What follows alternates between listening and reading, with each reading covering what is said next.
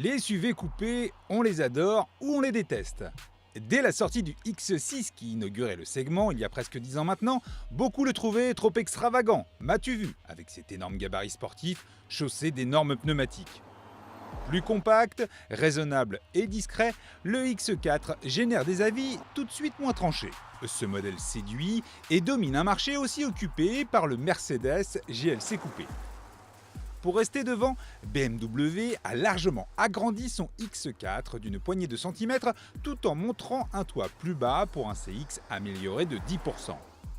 Un détail non négligeable pour la consommation. Les SUV étant toujours énergivores sur autoroute du fait de leur profil. Quelques détails pour le reconnaître face à la précédente génération. Les passages de roues ont de légers angles, les antibrouillards avant sont devenus plats et on remarque les ouïes latérales typiques des séries 4. À l'arrière, on note un béquet très travaillé et les piliers C prolongent le toit plus longtemps.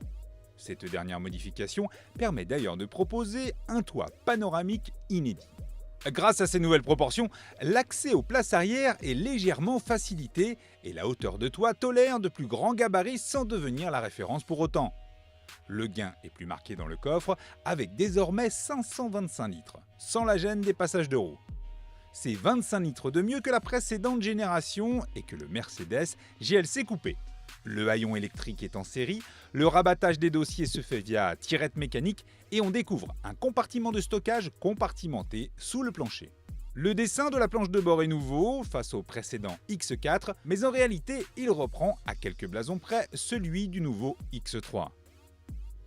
BMW y a intégré un choix de 6 ambiances lumineuses comme la tendance l'exige aujourd'hui. On retrouve également le combiné Connected Drive, désormais tactile et à commande gestuelle pour les plus geeks d'entre nous. Le large éclair afficheur tête haute est aussi proposé, ou encore le très complet pack d'assistance à la conduite Drive Assist Pro. L'offre moteur se compose de blocs 4 ou 6 cylindres essence de 184 à 354 chevaux et diesel de 190 à 265 chevaux.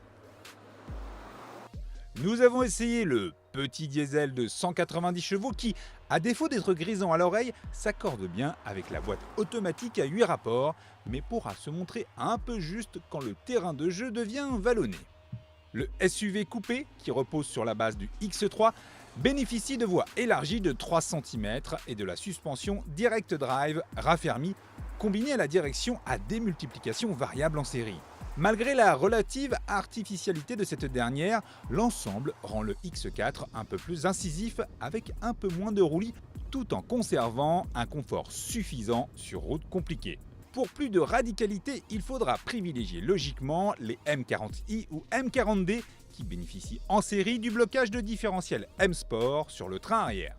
En matière de tarifs, l'entrée de gamme du X4 démarre plus bas que son concurrent GLC coupé à 50 700 € contre 56 700 €.